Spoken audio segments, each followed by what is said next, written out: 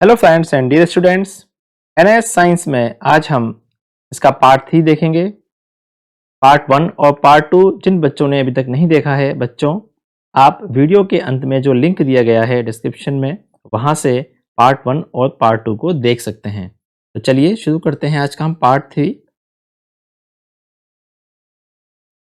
पहला प्रश्न है, खून की कमी को पूरा करने के लिए निम्नलिखित में से कौन सा भोज्य पदार्थों का समूह सही है।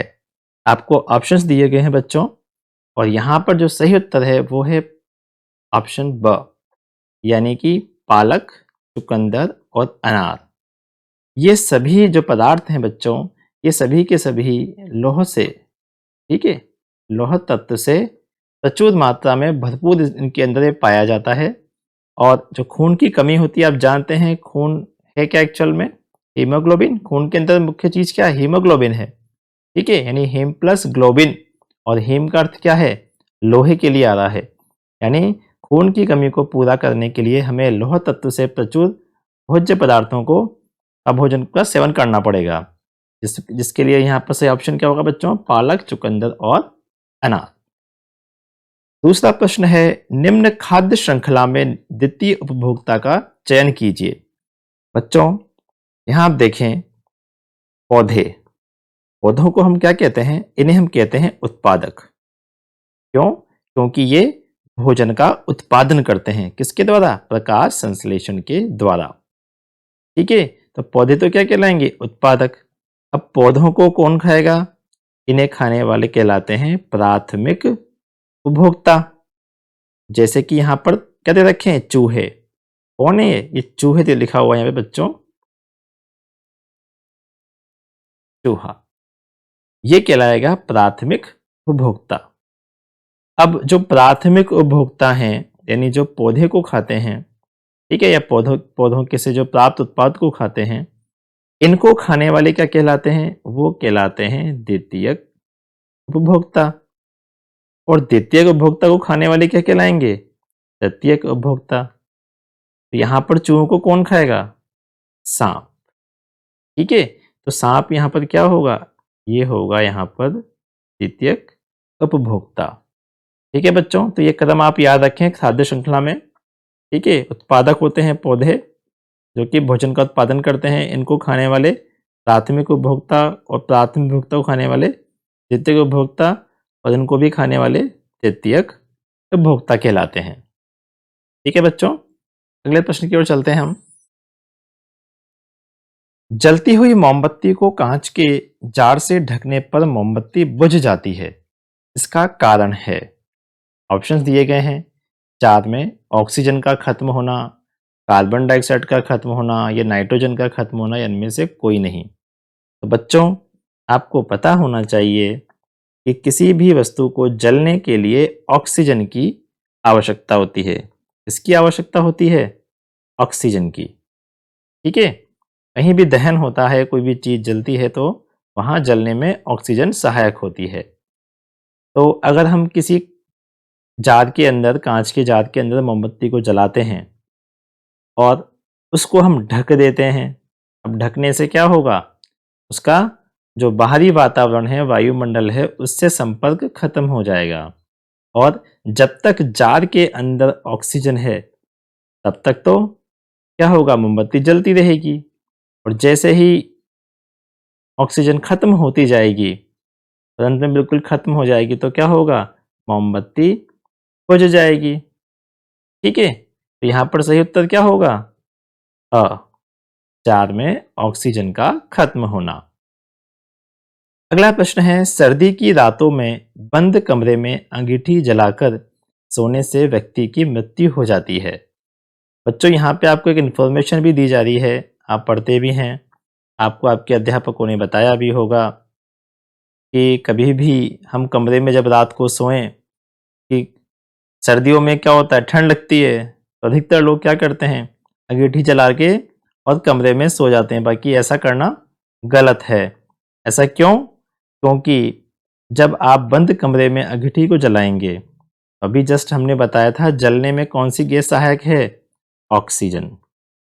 और हम श्वसन क्रिया में भी कौन सी गैस लेते हैं? ऑक्सीजन।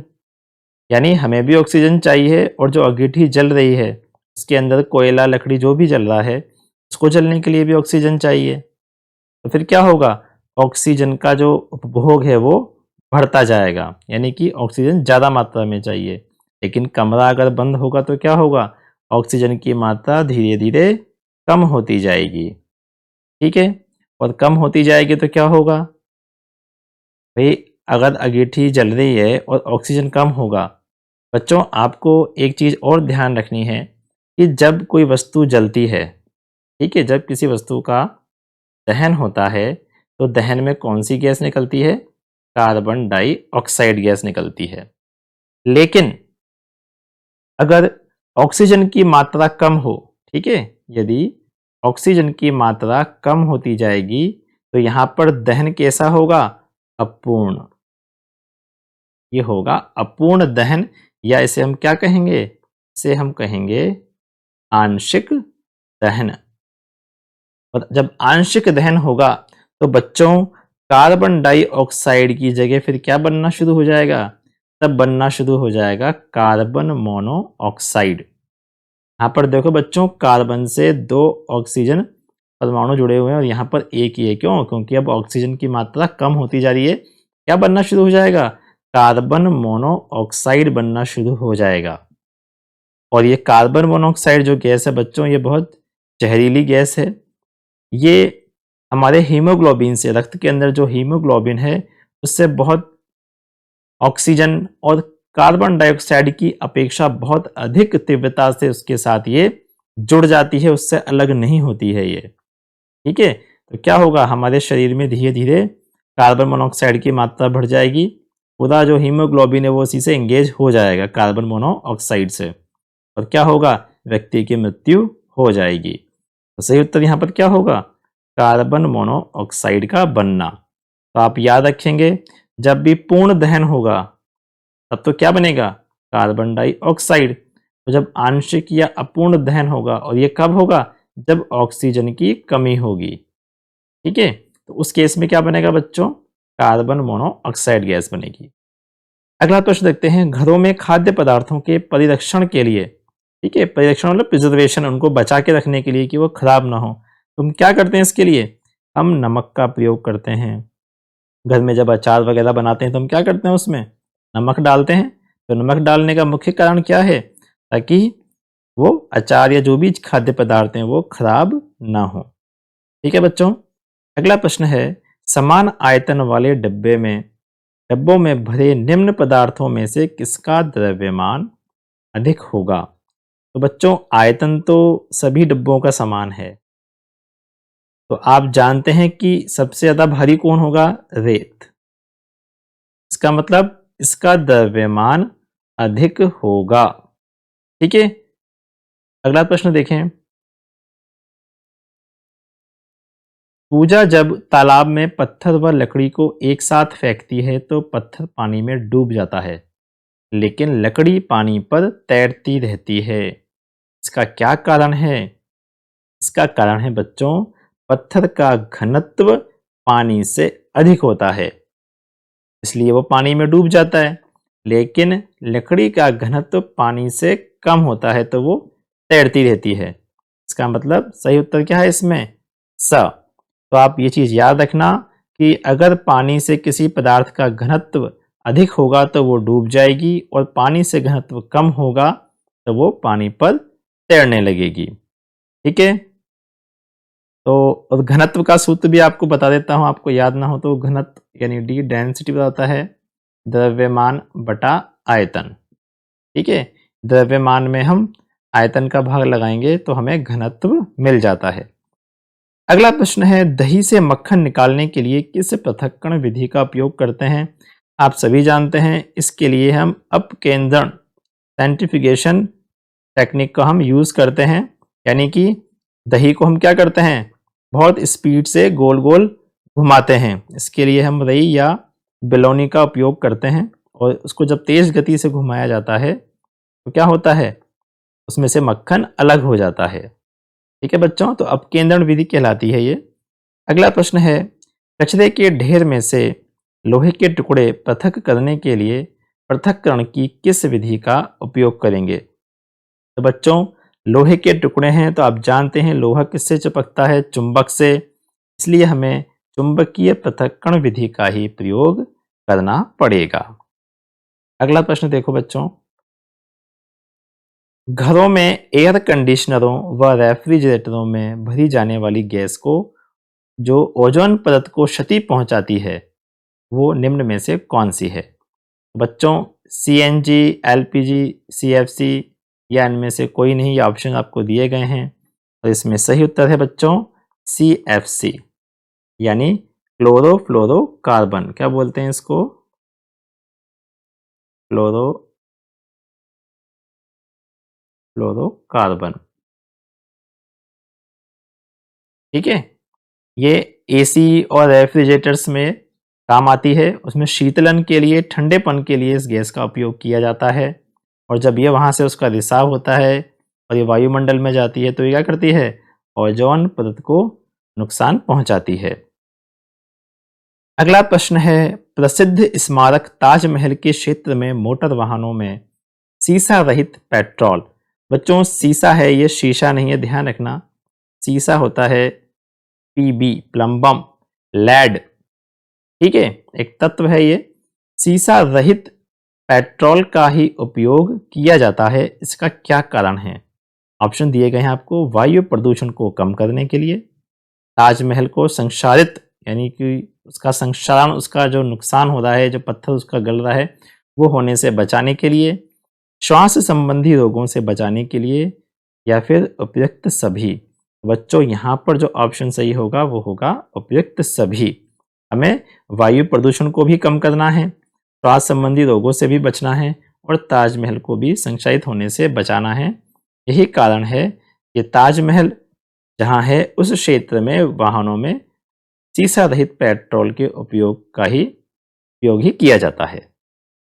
अगले प्रश्न में देखते हैं हम, पर्यावरणीय प्रदूषण के कारण पृथ्वी के तापमान में निरंतर वृद्धि किस नाम से जानी जाती है?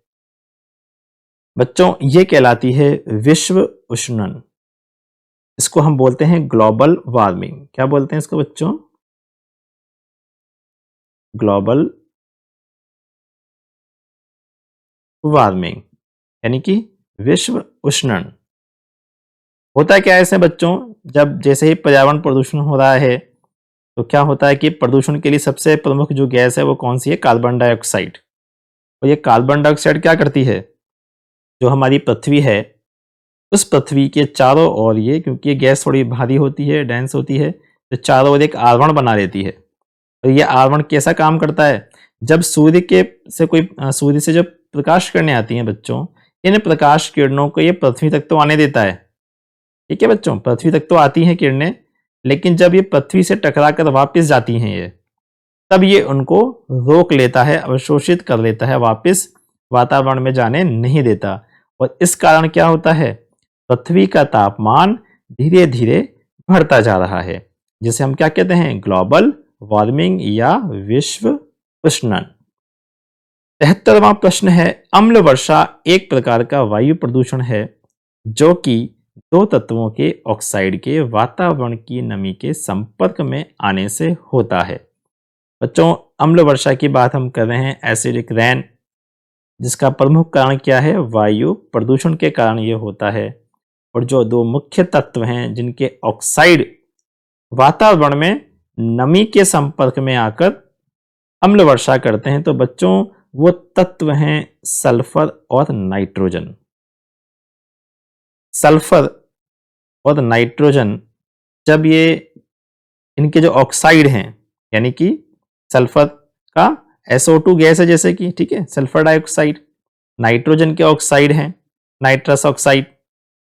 तो ये क्या करते हैं? जब नमी से, नमी का मतलब जल हो गया H2O, जब बारिश होती है तो क्या होता है? ये इनके ऑक्साइड जल से क्रिया करके, तो सल्फर जो होता है वो तो क्या बनाता है? सल्फ्यूरिक एसिड, यानी कि H2SO4। ये जल से क्रिया करके क्या बनाएगा? H2SO4, सल्फ्यूरिक अम्ल। और जो नाइट्रोजन के ऑक्साइड हैं वो क्या बनाते हैं बच्चों? वो बनाते हैं नाइट्रिक एसिड, ठीक है, HNO3। और ये अम्ल ठीक है, ये अम्ल क्या करते हैं, जब बारिश होती है तो उस वर्षा के जल के साथ घुलकर जमीन पर गिरते हैं, जिसे हम क्या कहते हैं, अम्ल वर्षा कहते हैं। तो ये दो तत्व आप याद रखें, सल्फर और नाइट्रोजन। अगला प्रश्न देखें बच्चों, निम्नलिखित में से कौन सी हरित गृह गैस नहीं है। ठीक है बच्चों, चार आपको ऑप्शन दिए गए हैं, इनमें से चार जो गैसें हैं वो तो हरित गृह हैं, लेकिन इनमें से एक ऐसी गैस है जो कि हरित गृह गैस नहीं है बच्चों, वो है नाइट्रोजन। नाइट्रोजन हरित गृह गैस नहीं है, जबकि कार्बन डाइऑक्साइड यानी कि CO2, सल्फर डाइऑक्साइड यानी कि SO2, मिथेन, CH4, ठीक है, ये तीनों ही क्या हैं, हरित गृह गैसें हैं। और इनके अलावा और कौन कौन सी गैसें हैं बच्चों, एक तो है ओजोन O3, ठीक है, N2O नाइट्रस ऑक्साइड, इसके अलावा जल वाष्प जो कि वायुमंडल में हमेशा रहती है, ये H2O जल नहीं है यहाँ पर बच्चों, ये लिख देता हूं ताकि आप समझ जाएंगे, ये जल वाष्प है, ठीक है, गैसीय रूप में, वाटर वेपर। तो ये सारी की सारी क्या है बच्चों, ये सारी की सारी हरित गृह गैसें हैं। आप इनको भी याद रख सकते हैं, ऑप्शन में कुछ भी आ सकता है।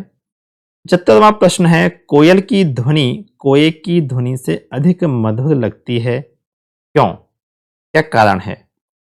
पहला ऑप्शन है, कोयल की ध्वनि का तारत्व कोए की ध्वनि के तारत्व से अधिक होने के कारण। बच्चों सही उत्तर यही है, अगर आपको याद नहीं है तो आप इसको याद रखेंगे, हम गलत उत्तर को दिमाग में नहीं रखेंगे। आपको क्या याद रखना है, कोयल की ध्वनि का तारत्व कोए की ध्वनि के तारत्व से अधिक होता है, इसलिए कोयल की ध्वनि मधुर लगती है। ठीक है बच्चों, कोई ध्वनि मधुर कब लगेगी, जब उसका तारत्व अधिक होगा। तो कोयल के ध्वनि का तारत्व अधिक होता है और कोए की ध्वनि का तारत्व कम होता है। ठीक है, अगला प्रश्न देखो, दिए गए किरण चित्र में परावर्तन की घटना को दर्शाया गया है, इस किरण चित्र में अभिलंब निम्न में से क्या है। बच्चों यहां पर आप देखेंगे कि ये जो क्षैतिज रेखा है ये तो क्या है, ये है दर्पण। ये क्या है, ये है दर्पण, जिसके ऊपर प्रकाश किरण का परावर्तन हो रहा है। ये जो किरण AO आ रही है, ये तो क्या है, आपतित प्रकाश किरण। इसे क्या बोलेंगे हम, इसे बोलेंगे हम आपतित किरण। ठीक है, और यहां ये बिंदु O पर परावर्तित होकर जा रही है, यानी कि OB, ये क्या कहलाएगी, परावर्तित किरण। तो यहां पर बच्चों आपको जो दिख रहा है ना, ये OC, ये क्या है, यही है अभिलंब। ठीक है बच्चों, यानी कि ऑप्शन नंबर जो स है वो इसका सही उत्तर है। OC यहां पर अभिलंब है। ठीक है, ये काल्पनिक रेखा है। ठीक है, अगला प्रश्न है 77। प्रश्न 76 में दिया गया किरण चित्र परावर्तन की घटना का है। इस चित्र में यदि आपतन कोण का मान 60 डिग्री है तो परावर्तन कोण का मान आपको बताना है कि क्या होगा। ये देखो बच्चों, अभी हमने देखा था यहां पर, ये तो क्या है बच्चों, आपतित किरण और ये परावर्तित किरण। तो अभिलंब के साथ जो ये कोण बनाती है, ये तो क्या कहलाता है, ये कहलाता है आपतन कोण। इसका मान कितना दिया है यहां पर, 60 डिग्री। तो बच्चों यहां पर जो किरण परावर्तित हो रही है, अभिलंब के साथ जो कोण बनाएगी ये भी क्या होगा, 60 डिग्री। यानी आपतन कोण और परावर्तन कोण कैसे होते हैं, यहां पर बराबर होते हैं, इसलिए सही उत्तर क्या होगा यहाँ पे, स। अगला प्रश्न देखो,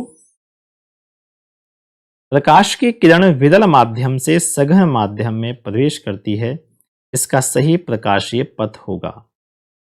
दो माध्यम बच्चों, एक कौन से माध्यम से किस में जा रही है, विरल से सघन में जा रही है। यानी कि ऊपर वाला तो कौन सा है, विरल, और नीचे वाला क्या होगा, सघन। तो बच्चों जब विरल से सघन में प्रकाश की किरण जाएगी तो आप जानते हो विरल का मीन्स कम घना और सघन मीन्स ज्यादा घना है। जैसे कि हम खुले रोड पर गाड़ी चलाएंगे तो हमारी स्पीड ज्यादा होगी, और अगर जहां पर बहुत ज्यादा भीड़ होगी वहां हमारी स्पीड कम हो जाएगी। तो उसी आधार पर आप समझ सकते हैं कि विरल में तो प्रकाश की किरण का वेग क्या होगा, अधिक होगा, और सघन में कम होगा। और सघन में कम होगा तो क्या होगा, ये अभिलंब की ओर झुक जाएगी। यानी कि ऑप्शन नंबर अ, विरल में तो प्रकाश की किरण देखो ऐसे आ रही है, ठीक है, और जैसे सघन में जाएगी तो ये क्या हुआ, अभिलंब की ओर झुक गई, इस ओर झुक गई है ये। वरना तो क्या होता है ये, देखो अगर ये सीधी निकल जाती इस तरह से, ठीक है, लेकिन ये क्या हुआ, थोड़ी इधर झुक गई है ये अभिलंब की ओर। तो यही इसका सही उत्तर होगा।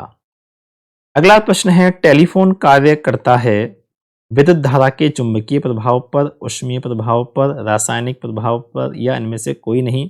बच्चों विद्युत धारा के 3 प्रभाव होते हैं, चुंबकीय, रासायनिक और ऊष्मीय।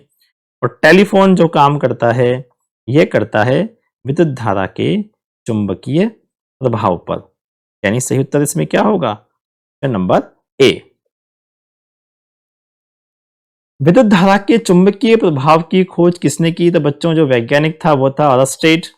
इसको आप याद रखेंगे। विद्युत धारा के ऊष्मीय प्रभाव का उदाहरण है, यानी विद्युत धारा प्रवाह करने के कारण ऊष्मा का उत्पन्न होना, यानी ऐसा कौन सा इनमें से उपकरण है जो गर्म हो उठता है। क्या विद्युत हीटर जो है गर्म होता है, हाँ बिल्कुल। विद्युत प्रेस ये भी गर्म होती है। विद्युत घंटी क्या ये गर्म होती है क्या, नहीं। तो फिर उत्तर क्या होगा, अ व ब दोनों, ठीक है बच्चों। तो सही उत्तर यहां पर क्या होगा, ऑप्शन नंबर द, यानी कि विद्युत हीटर और विद्युत प्रेस दोनों ही विद्युत धारा के ऊष्मीय प्रभाव के सिद्धांत पर कार्य करते हैं। अगला प्रश्न है, निम्न में से किस प्रबलता की ध्वनि कर्णप्रिय होती है, यानी हमारे कानों को जिसे सुनना अच्छा लगता है। बच्चों यहां पर आपको पता होना चाहिए कि ध्वनि की प्रबलता को हम डेसिबल में मापते हैं, किसमें, डेसिबल में। तो यहां पर आपको अलग अलग माप दिए गए हैं, 50, 80, 10, या ये कहता है कि सभी। तो बच्चों यहां पर जो सही उत्तर होगा, कर्णप्रिय ध्वनि क्या होगी, 50 डेसिबल, ठीक है। 10 डेसिबल की जो ध्वनि है ये लगभग आप ये मान के चलें कि इसको ना के बराबर है। जैसे पेड़ पे से कोई पत्ता गिर के नीचे गिरता है तो उसकी जो आवाज है वो लगभग क्या है, 10 डेसिबल है। तो ये तो हमारे कानों तक शायद सुनाई भी ना दे, ठीक है, लगभग इसको हम ऐसा मान के चलते हैं कि ये लगभग सुनाई नहीं देगी। और 80 डेसिबल तो बहुत ज्यादा ध्वनि हो गई, ठीक है। तो यहां पर सही उत्तर क्या होगा, 50 डेसिबल। 50 या 60 अगर ऑप्शन में ये भी है तो ये दोनों ही सही होंगे, 50-60 के लगभग ही नॉर्मल कन्वर्सेशन की, ठीक है, नॉर्मल जो अपन आपसी जो बातचीत करते हैं वो करीब 60 डेसिबल तक, 50 या 60 डेसिबल तक ही रहती है ध्वनि। अगला प्रश्न है, ध्वनि की प्रबलता निर्भर करती है। बच्चों ध्वनि की प्रबलता, प्रबलता अगर पूछी जाए तो ये डिपेंड करती है किस पर, आयाम पर। आयाम आप जानते हैं, जैसे कोई ध्वनि तरंग है, ठीक है,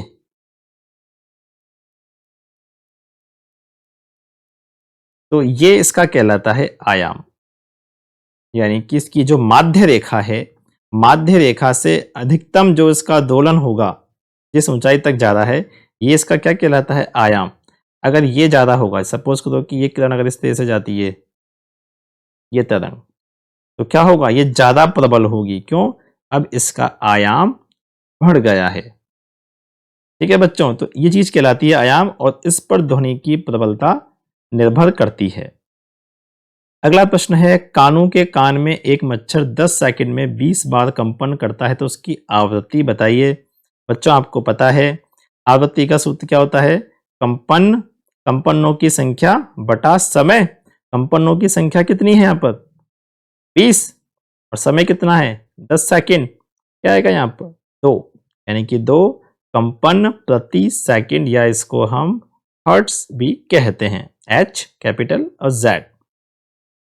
तो यहां पर ऑप्शन नंबर जो अ है वो क्या होगा बच्चों, यहां पर सही उत्तर होगा 2 कंपन प्रति सेकंड। अगले प्रश्न की ओर चलते हैं हम। ढोलक के पर्दे की तुलना कान के किस भाग से करना उचित है? बच्चों यहां पर आपको ऑप्शन दिया हुआ है पिन्ना, जो कि आप जानते हैं कान का सबसे भारी भाग है, ठीक है। श्रवण गुहिका, उसके अंदर की ओर जो नली के रूप में जा रही है वो श्रवण गुहिका कहलाती है। और कर्णपटह यहाँ पर हमारा सही उत्तर है, क्योंकि एक ड्रम की तरह काम करता है ये हमारे कान के अंदर। जब कोई ध्वनि तरंगे इस पर टकराती हैं तो उसमें कंपन होते हैं और जिसके कारण ही हमें आवाज सुनाई देती है। तो ढोलक के पर्दे की तुलना हम किससे करेंगे? कर्णपटह से करेंगे। इसको क्या बोलते हैं? ईयर ड्रम भी इसको कहेंगे, ठीक है बच्चों। कान का ड्रम कह सकते हो आप इसे, ईयर ड्रम। अगला प्रश्न है, निम्नलिखित में से किसकी वृद्धि करने से ध्वनि का तारतम्य बढ़ता है? अब बच्चों ध्वनि के तारतम्य की बात आ रही है कि ध्वनि का तारतम्य किस पर निर्भर करता है। तो यहां पर ध्वनि का तारतम्य निर्भर करेगा बच्चों आवृत्ति पर। इस पर निर्भर करेगा, ये आवृत्ति पर निर्भर करेगा। जैसे हमने देखा था अभी पिछले क्वेश्चन में, जिसमें पूछा था ध्वनि की प्रबलता। प्रबलता किस पर निर्भर करती है? आयाम पर। और तारतम्य किस पर निर्भर करेगा बच्चों? तारतम्य निर्भर करेगा आवृत्ति पर। अगर आवृत्ति ज्यादा होगी तो ध्वनि का तारतम्य भी ज्यादा होगा। अगला प्रश्न है, निम्न में से किस विलयन में विद्युत धारा का प्रवाह नहीं होगा? नल का पानी, समुद्र का पानी, नदी का पानी, आसुत जल। बच्चों यहां पर जो पहला ऑप्शन है नल का पानी, समुद्र का पानी, नदी का पानी, तो घरों में जो नल में जो पानी आ रहा है वो कहां से आ रहा है? नदी के पानी में से ही आ रहा है। समुद्र का पानी, इसमें भी नमक है, सॉल्ट है, ठीक है, लवणीय है यह पानी भी। और नदी और नल के पानी में भी क्या है? लवण है, यानी कि उसमें मुक्त आयन है, जिसके कारण वो विद्युत का प्रवाह करेंगे। लेकिन आसुत जल, ठीक है, आसुत जल ये विद्युत का प्रवाह नहीं करेगा, क्योंकि इसमें H2O यानी कि जो जल के अणु हैं उसके अलावा इसमें कोई और पदार्थ नहीं है, कोई मुक्त आयन या मुक्त इलेक्ट्रॉन इसके अंदर उपलब्ध नहीं है जो कि विद्युत का प्रवाह कर सके। तो सही उत्तर क्या होगा? अशुद्ध जल, इसके अंदर विद्युत का प्रवाह नहीं होगा। अगला प्रश्न है, प्रार्थना की घंटी की आवाज सुनकर सभी विद्यार्थी प्रार्थना स्थल पर एकत्रित हो जाते हैं। घंटी की ध्वनि सभी विद्यार्थियों तक किस माध्यम से पहुंचती है? बच्चों ये चीज याद रखना कि ध्वनि की तरंगों को संचरण के लिए, यानी एक स्थान से दूसरे स्थान पर जाने के लिए माध्यम की आवश्यकता होती है। और निर्वात का मतलब हो गया जहां पर हवा भी नहीं है, यानी कोई माध्यम नहीं है, तो निर्वात में तो ध्वनि की तरंगे प्रवाहित नहीं होंगी, वो गमन नहीं करेगी। यहां पर तो क्या चाहिए? वायु। वायु में ही ध्वनि का संचरण होगा। और जब बात यहाँ चल रही है प्रार्थना सभा की और उसकी घंटी सुनने की, तो यहाँ पर वायु के माध्यम से ध्वनि की तरंगे जाएंगी। इसके अलावा ध्वनि की तरंगे जल यानी कि द्रव और ठोसों में भी ध्वनि तरंगों का संचरण होता है, ठीक है। तीनों ही माध्यमों में, ठोस, द्रव, गैस, तीनों माध्यमों में ध्वनि की तरंगों का संचरण होता है। यह बात आप याद रखेंगे। अगला प्रश्न है,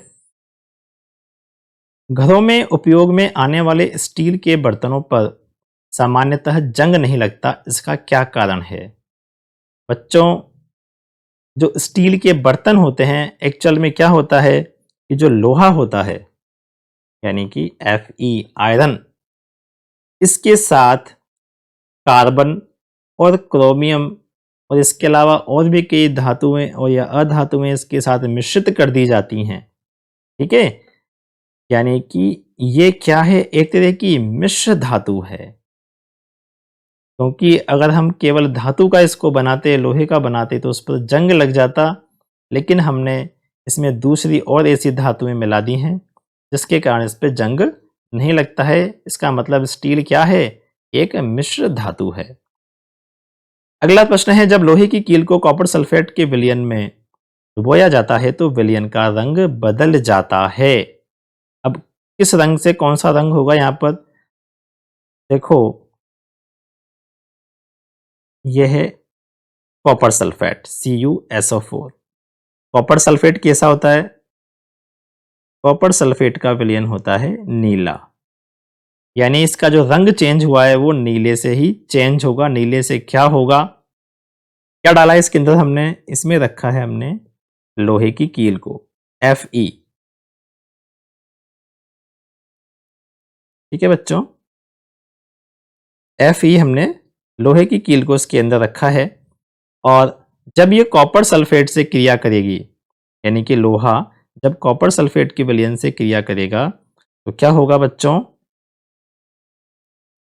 यहां पर आप एक ये चीज ध्यान रखें कि ये जो आयरन है यानी कि जो लोहा है Fe, ये कॉपर से अधिक क्रियाशील है। ठीक है, कॉपर से अधिक क्रियाशील है, तो ये क्या करेगा बच्चों? क्योंकि कॉपर सल्फेट का मतलब हो गया Cu+2, यानी इसके आयन बन जाएगा, और ये SO4-2। ये दो तरह के आयन है, क्यूप्रस आयन और सल्फेट आयन। तो ये दो आयनों के रूप में विलयन में मिलेगा। तो यहां पर जो आयरन है ये क्या करेगा? इस कॉपर को विस्थापित कर देगा, यानी इसको तो हटा देगा सल्फेट आयन से, और खुद सल्फेट आयन से जुड़ जाएगा, यानी क्या बनेगा? FeSO4 पैरस सल्फेट, और जो कॉपर है ये धातु रूप में विलयन में मिल जाएगा। और कॉपर सल्फेट जो फेरस सल्फेट है बच्चों, ये फेरस सल्फेट कैसा होता है? ये होता है हल्का हरा, हल्के हरे रंग का होता है, यानी कि विलयन नीले से कैसा हो गया? हरे रंग का हो गया, क्योंकि उसके अंदर क्या आ गया?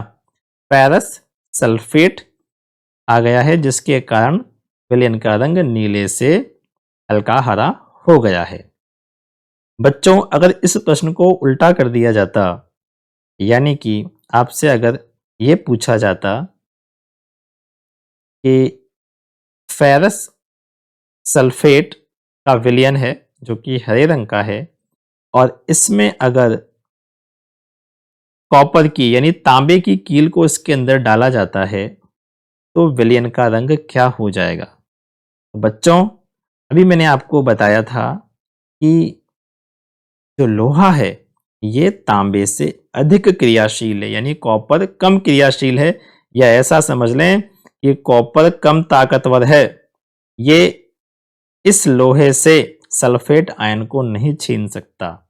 इसका मतलब यहां पर कोई क्रिया नहीं होगी, नो रिएक्शन, कोई रिएक्शन नहीं होगी, इसलिए रंग में भी कोई परिवर्तन नहीं होगा। ठीक है बच्चों, तो इस चीज को भी आप चाहें तो याद रख सकते हैं। अगला प्रश्न देखो। अगला प्रश्न तो बच्चों खत्म हो चुका है। 90 प्रश्न थे, 90 तक प्रश्नों को हमने आज यहां पर देखा है। इसके आगे के प्रश्नों को हम अगले वीडियो में यानी 4th पार्ट में इसको हम डिस्कस करेंगे बच्चों। मिलते हैं अगले वीडियो में। देखते रहिए आराध्यांश ट्यूटोरियल हब।